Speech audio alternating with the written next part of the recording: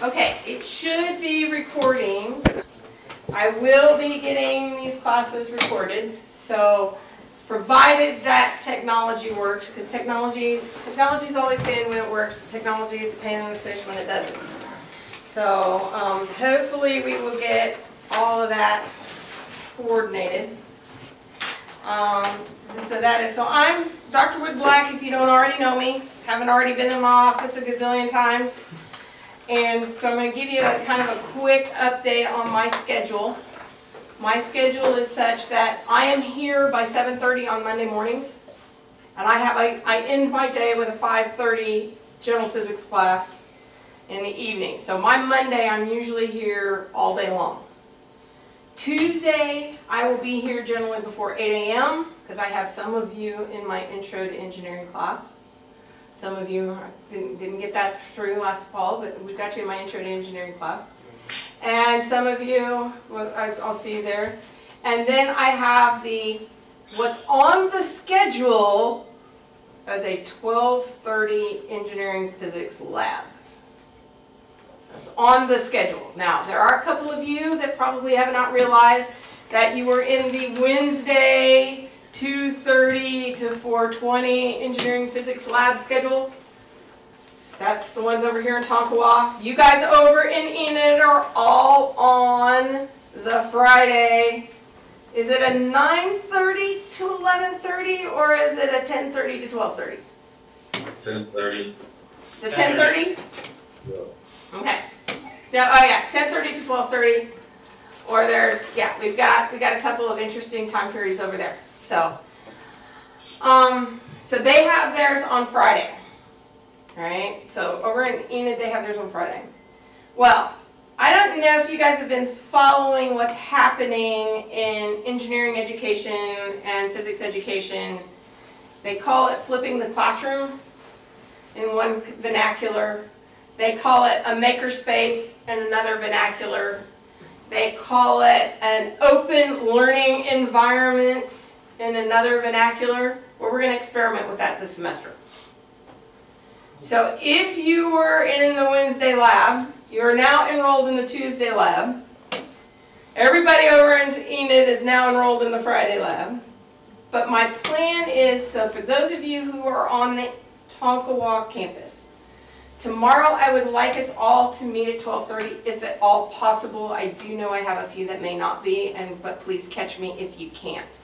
If we can all meet at 12:30 tomorrow in the physics lab, I'll go over exactly how it's going to work and what I'm going to do. Okay? For you guys over in Enid, what time is the trig class? Austin? 11:30. It's 11:30? So we can all meet at 10:30 in the physics lab over on the Enid campus, right? Okay, so we will all meet at 10:30 on Friday in the Enid campus. All right, and so we will go over exactly how it's going to work. I'm the lab instructor for both labs, so that's going to work out really, really well. You will all notice you did not get a lab manual, right? Nobody got a lab manual? That's because the labs are in flux. So labs will be posted, and basically what we're going to do is I'm going to try and post them a couple weeks in advance. So in some cases, you may be able to do 2 labs at once. In some cases, you may be able to do 3 labs at once. But you're going to be collecting your data for your labs, and I want to make sure everybody has a lab partner when they do the data collection. So you're going to have to work in pairs to do it. But I am not going to be very persnickety as to about the exact time that you're in the lab in order to do that. Once you collect your data, you will write up your lab reports, and your lab reports will be due the following week. So it's not like Chem Lab where you're in the chemistry lab and you have to turn your lab report in at the end of the lab. What we're going to be doing is we're going to be able to do the data and be able to work with the data and manipulate it and deal with it over the course of a week. So it's going to be a more reversed learning session for the lab. So that's how we're going to manage it. So you're not going to miss trig over there, because usually that extra lab time is more about writing up your lab report, and so I'm not going to be as persnickety about thou shalt be in the lab. So we will go over those details tomorrow during class or during that specific lab time. So that will get us covered there. So I'm going to do a quick roll here. So these are the folks that are supposed to be over in Enid, I think. Yep, that should be in Enid. I've got David Aribi. Did I get that right?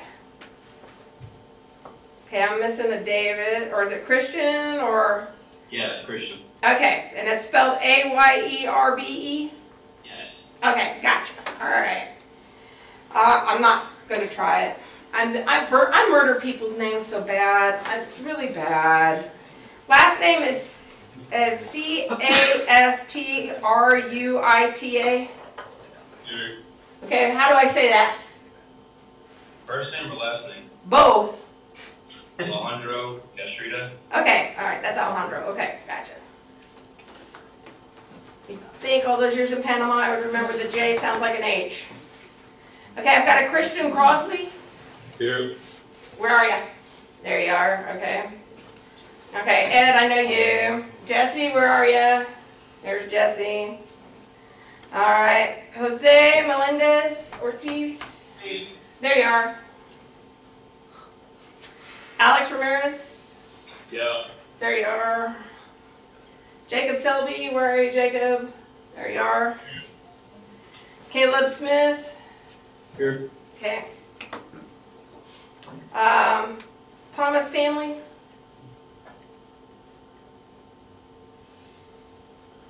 Okay. Missing that one. Is it Bretta Streibel? Okay. Austin. There you are. Okay.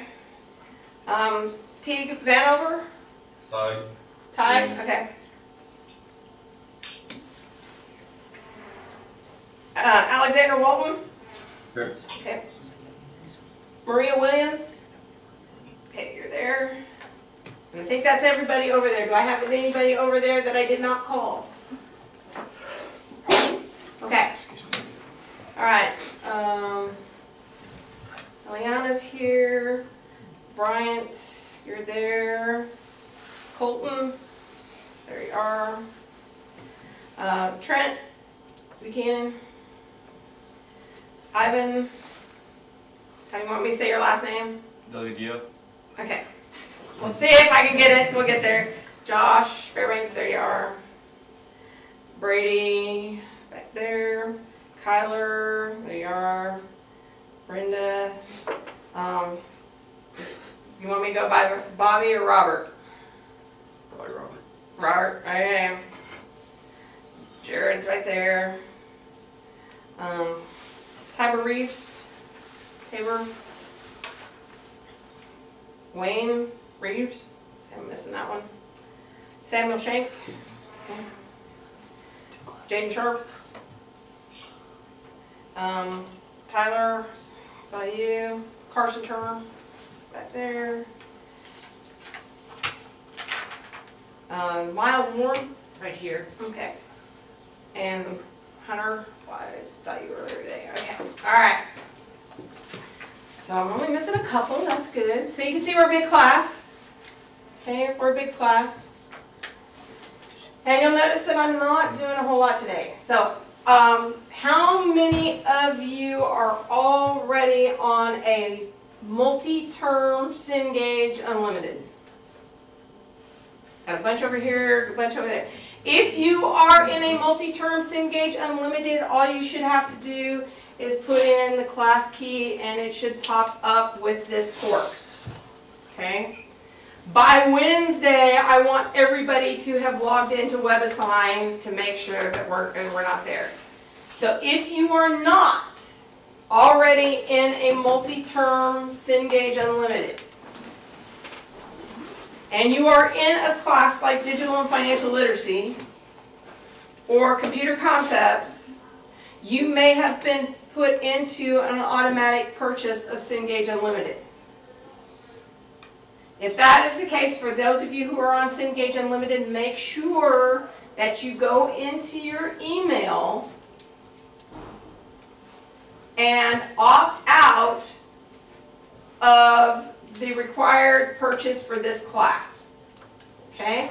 Because your Cengage Unlimited should already cover you for WebAssign and for all of that. You don't want to be billed twice. Similarly, if you're in another class with a Cengage book, you want to make sure that you're not being billed twice for your Cengage book. If you are only on a one-term Cengage Unlimited and not on a multi-term, and you are sticking with the engineering program, your math books are all Cengage. Your Physics 2 is a Cengage book. You've got a bunch of other Cengage books. It may behoove you to look at purchasing a multi-term option. So you want to definitely go in and look at that and try to save yourself some money. So that's one of the things that you want to make sure that you're looking at and taking care of. Alright. NOC.edu.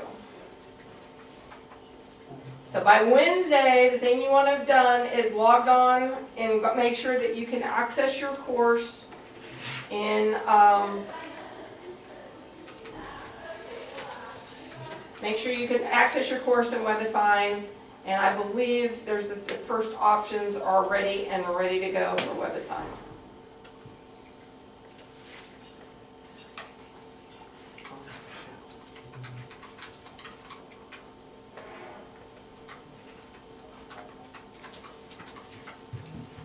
All right. I'm going to switch over to the desktop. Okay. Anything in there?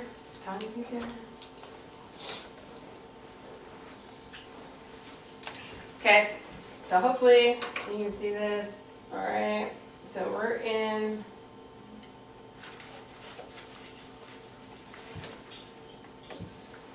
Okay, so when you come in to your Blackboard, and if you have an online course, by the way, make sure that you go into Blackboard today and get checked in on your online course, because that's going to let the instructor know who's teaching your online course that you're there and doesn't actually drop you from the course. So you want to make sure that you do that. So what you want to look over here, under syllabus, I've done a couple of things. You've got your syllabus and the course key. And for those of you who've probably heard about me, you know, that's the, so I'm going to just open. There we go. Thinking about it, maybe.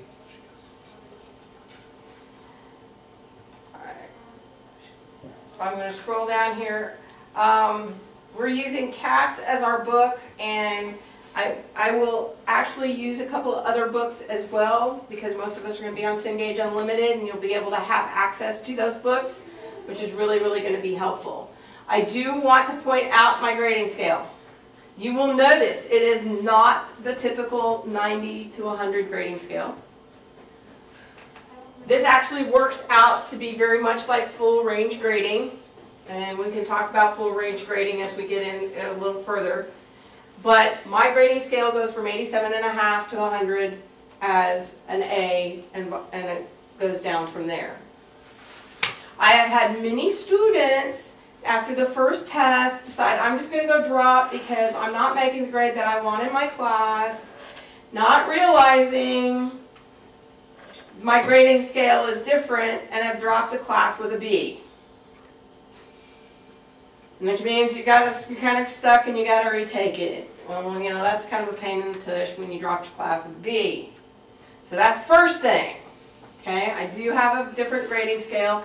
That exam schedule is tentative. I shoot to try to have 4 exams. Sometimes it works out, sometimes it doesn't.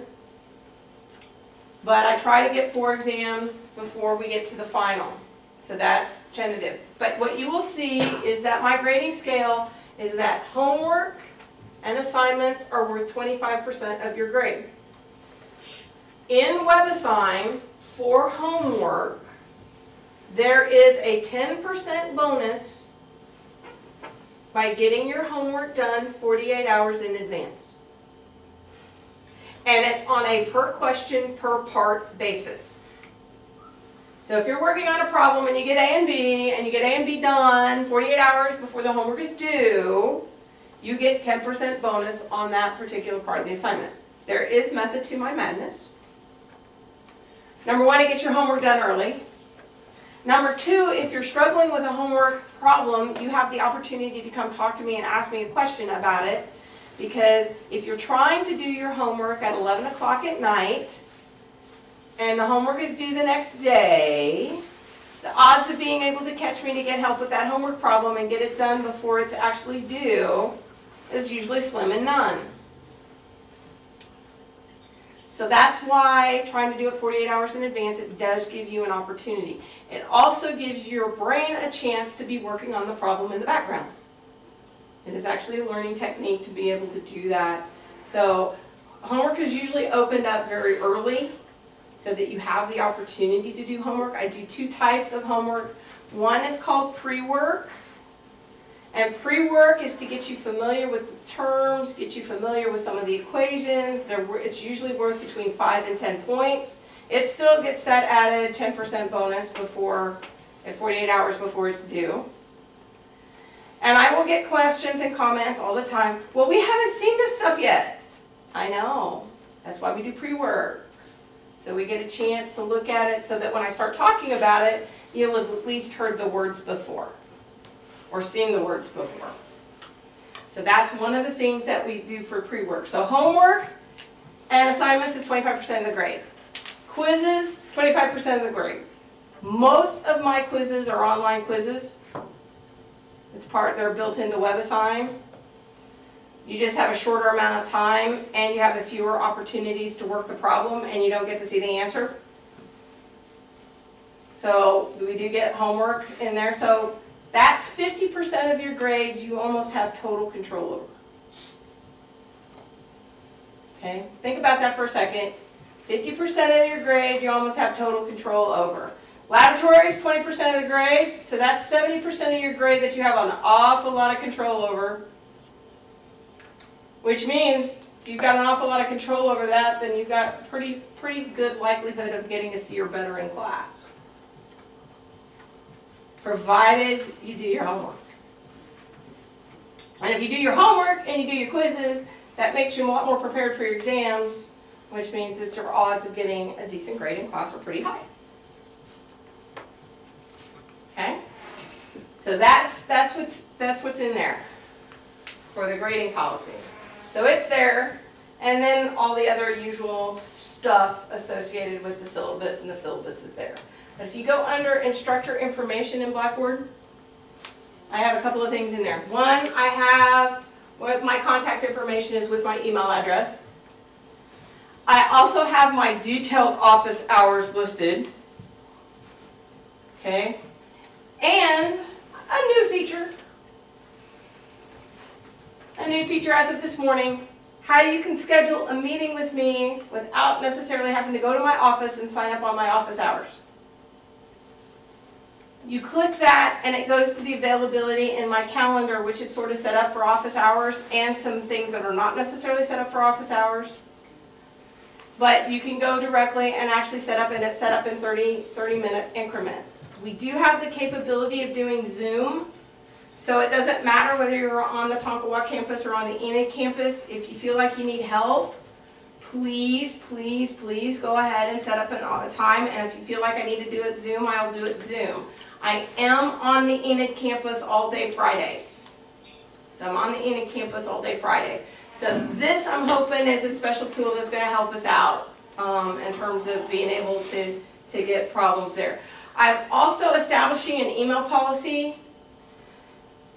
So just so you guys know, I teach engineering mechanics, statics, engineering physics 1, general physics 1, general physics 2, intro to engineering, and introduction to pre-process technology. So if you email me and say, I'm in your class, until I get to know you real well, I'm going to have trouble telling you which one of the 7 classes you're in. That doesn't even count the labs, right? So that doesn't even count the labs. I'm going to go, okay, which class are you in? Okay, that's one problem. Problem number 2 is we do online homework. And you'll tell me, I'm having trouble with problem number 9. Okay, I gotta figure out what class you're in first. And I just told you I have several homework assignments open at any given time so you guys can get that 48 hours in advance extra credit. And notice the problems could even have problem number 9 on it. So if I'm thinking, which problem number 9 are you talking about? I have no clue. So I'm asking you to help me out by telling me which class you're in, which campus you're in, because one of the things I really feel dumb about is if I'm on the Enid campus and I'm trying to write an email back to somebody and says, well, just stop by my office, I'm in my office right now, and you guys are over here in Tonkawa, I feel really stupid. So I don't like to feel stupid. None of us like to feel stupid. So I really would help you if you tell me which campus you're on so that I don't make that kind of a stupid thing. But I can set up a Zoom meeting so that we can get it, you know, that's what I need to do. So just kind of giving us a break on that one. And just be aware that after 5 o'clock, I usually don't necessarily respond to email, and weekends can be spotty. And then I usually let you guys know about that. But if you will be a little more specific about which problems are there, take a screenshot, because when we start getting into WebAssign, most of you have dealt with WebAssign for like college algebra, trig, or something else, and we all know formatting in WebAssign is sometimes problematic. If you will take a screenshot and say, hey, is this just a formatting thing, or is this, you know, am I doing something wrong? You know, give me a clue. That will help me out. And if you take a picture of your work, that will also help me out. And that will let me be able to help you out a lot more. And I'm about to do a little exercise here to actually help us out a little bit more too. Okay. So, so that's my email policy from there. So so hopefully that's it. And also, so not only is it under instructor information, schedule a meeting, there it is for schedule a meeting.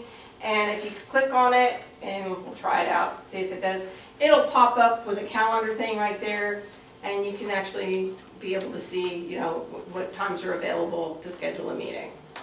So that, hopefully that will help out and allow some different things on that aspect. Also in course material and assignments, I have lots of past recorded lectures, and that's what that general physics playlist is. It's my YouTube channel that's got a lot of lectures in there. And when I upload them to YouTube, they are closed captioned, so you can actually see the closed captioning on those. So that will help you out. In some cases, we actually see it. And it turns out YouTube does pretty well for me in terms of closed captioning. So that's when those pieces that are there. And then, and I will do this on week 1. We've got, I put in articles, a variety of different things, things that help. There's supporting videos and supplemental materials that are in here on dimensional analysis, estimation of quantities, and those kinds of things. You will also have supplemental assignments, like the one for the gumdrops in the flask. And I want to see when that one is due, because I'm going to make it due different date. Okay.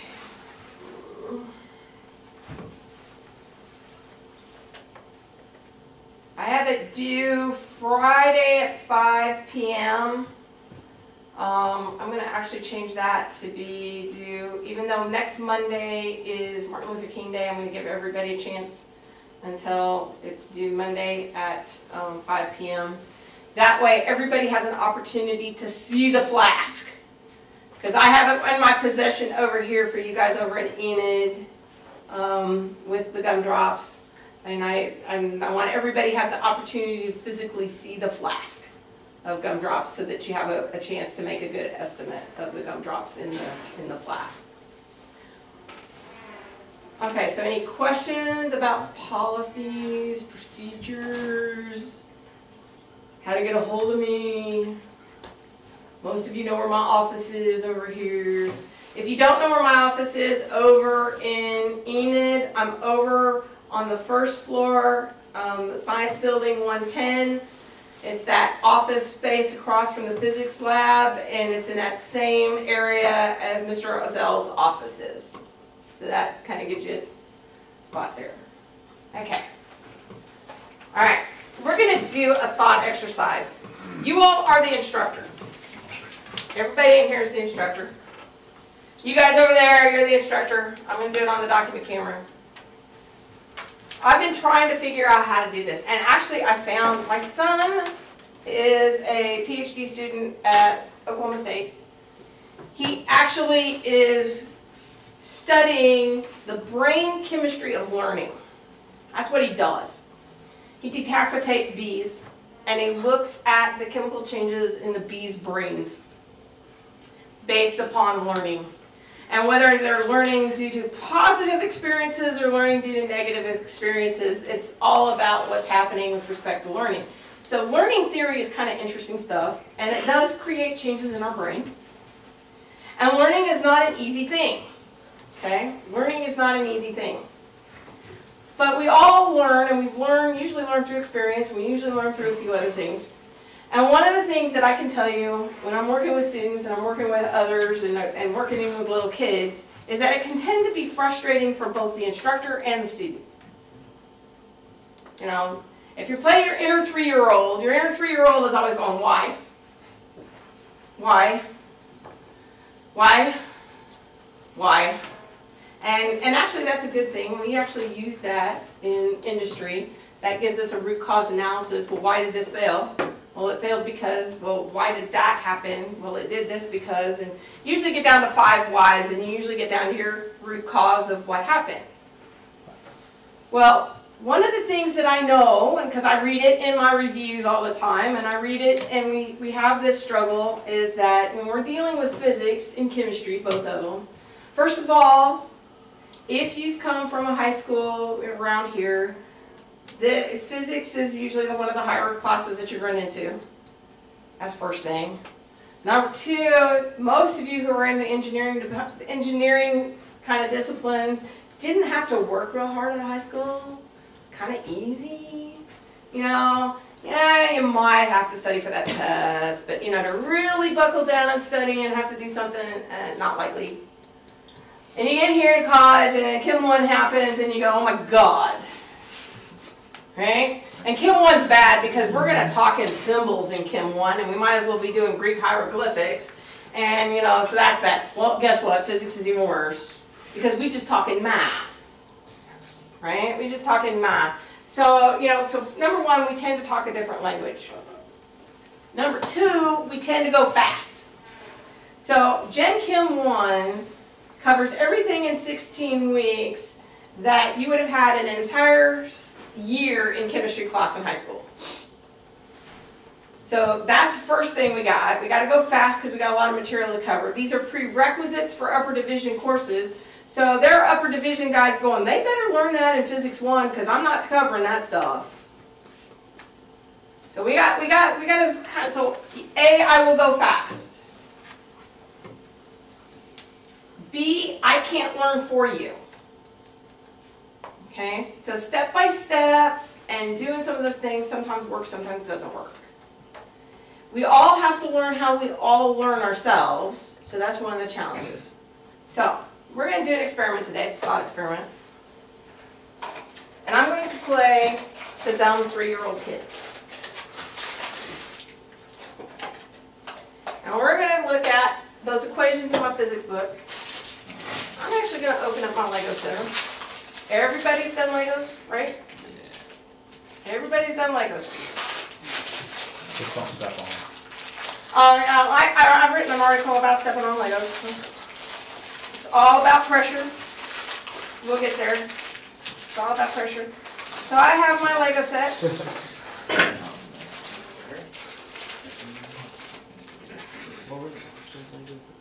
So I got Lego set here.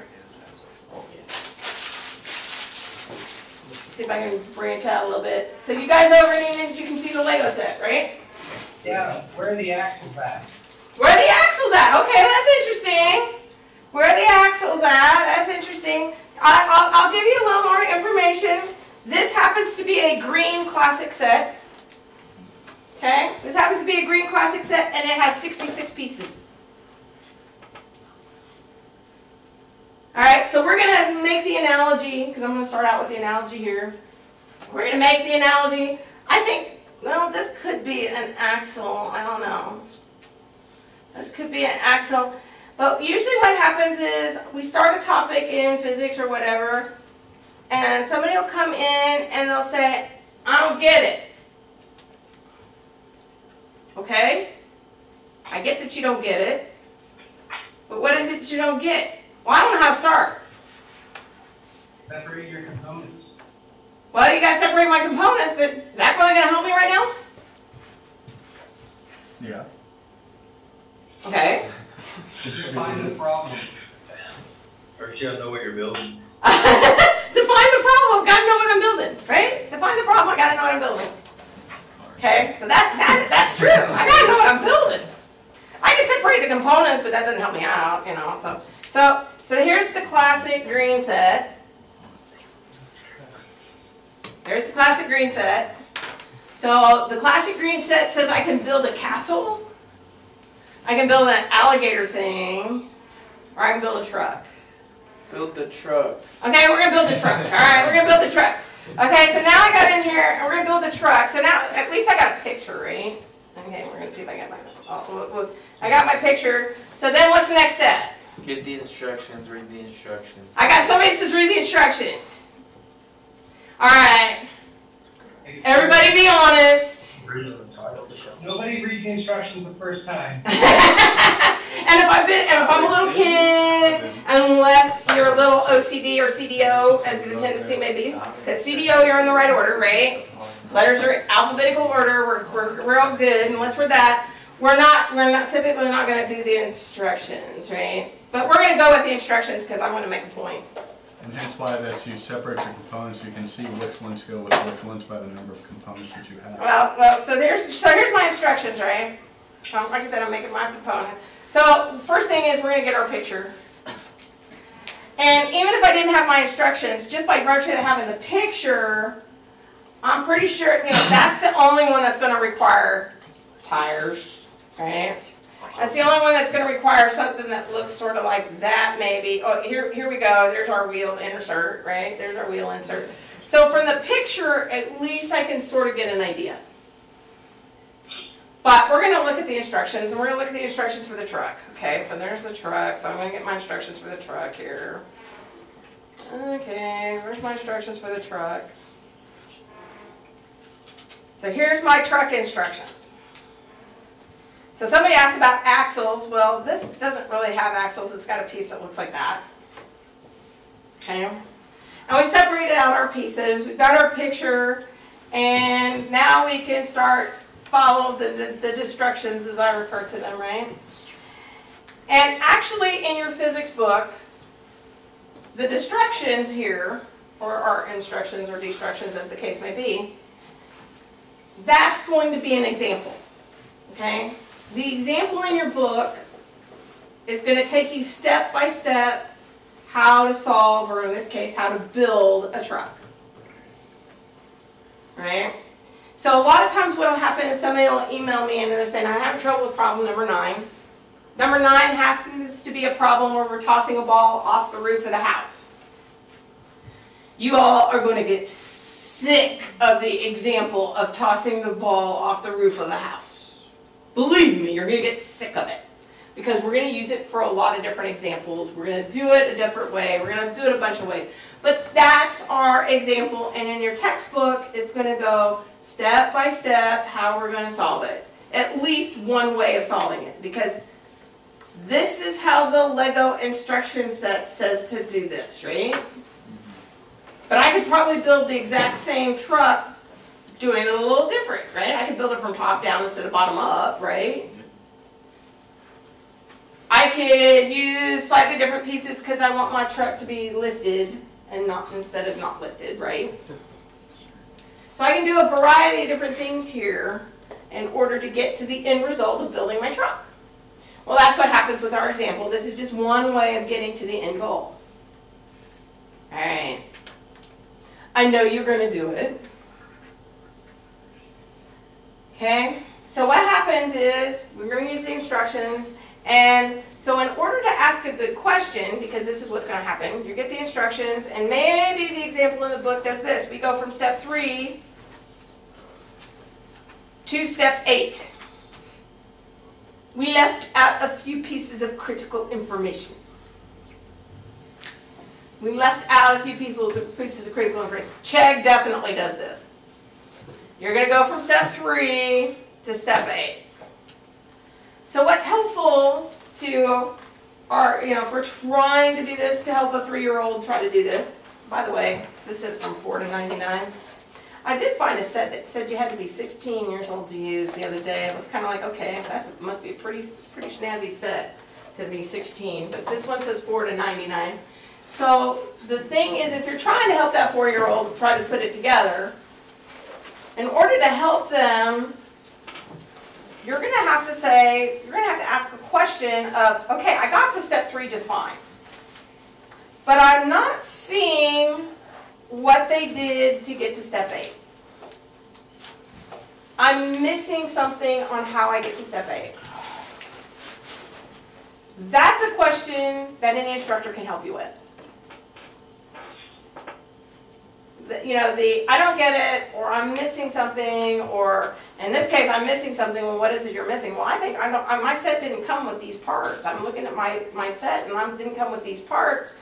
And so now how am I going to do that without those parts? Well, maybe you don't need those parts because you can work it around a different way. And that's one of those things that you will find as we start getting into kinematics, that there are a lot of times that the problem doesn't seem to give you all the information that you need. And then the question is, well, how do I get that information that I think I need? Or what am I missing that says I don't need that information? And sometimes we flat have just oops and forgot to give you the information that you need. But that's still a valid question. It's like, hey, I think I need more information here, or I think I need something else. Those are the ways that are going to really be able to help you get those answers to the question. Coming in and saying, I don't get it, makes it really, really hard for us to help you. Okay, so now I got a question. Did this help?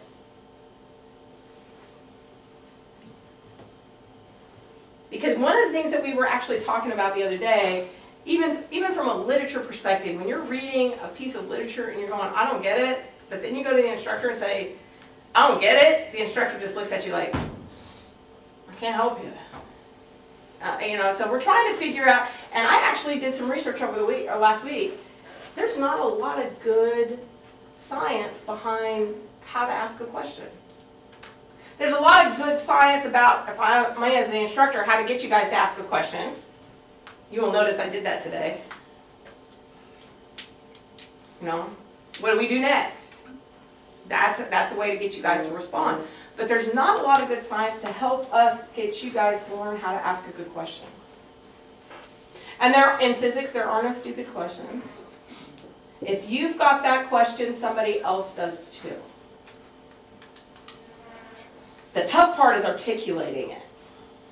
That's the tough part. How do you articulate, I'm not seeing how you went from step 1 to step 2, or I'm not seeing why they threw in the square root of 2 here.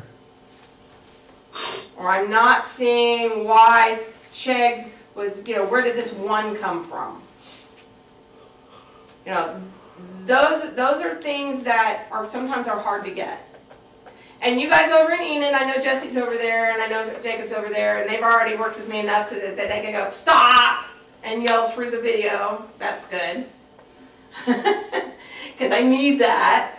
And same thing for you guys over here. When I'm over there on Fridays, you're going to have to yell and go, stop. Because I will go fast, and if I don't get a stop, I'm just going to continue on. So that's one of the things that you guys are... this is a two-way street. I like to say I am not an instructor. Instructors are going to take, let's take the Lego pieces one at a time and let's put them together. That's what an instructor does, right? I'm a facilitator. I'm here to facilitate you guys on your journey to learn engineering. And there's a lot behind physics that says you got to experience it to do it, right? You got to experience it to do it. And it makes it a little difficult through the television, although I have some new tricks up my sleeve. I got some new tricks up my sleeve in order to do that. So that's one of the things that we've got to do in order to help us out. All right, we are getting close to time here. Brains will get full. Oh, by the way, here's the next thing. So the next analogy, these were the step-by-step instructions. The next analogy is these are the back homework problems. Okay? Because they give you the other pictures of what to do without the instructions, right? Because that's what the homework problems are. They're the actual part to bring them out. So that's that part. All right.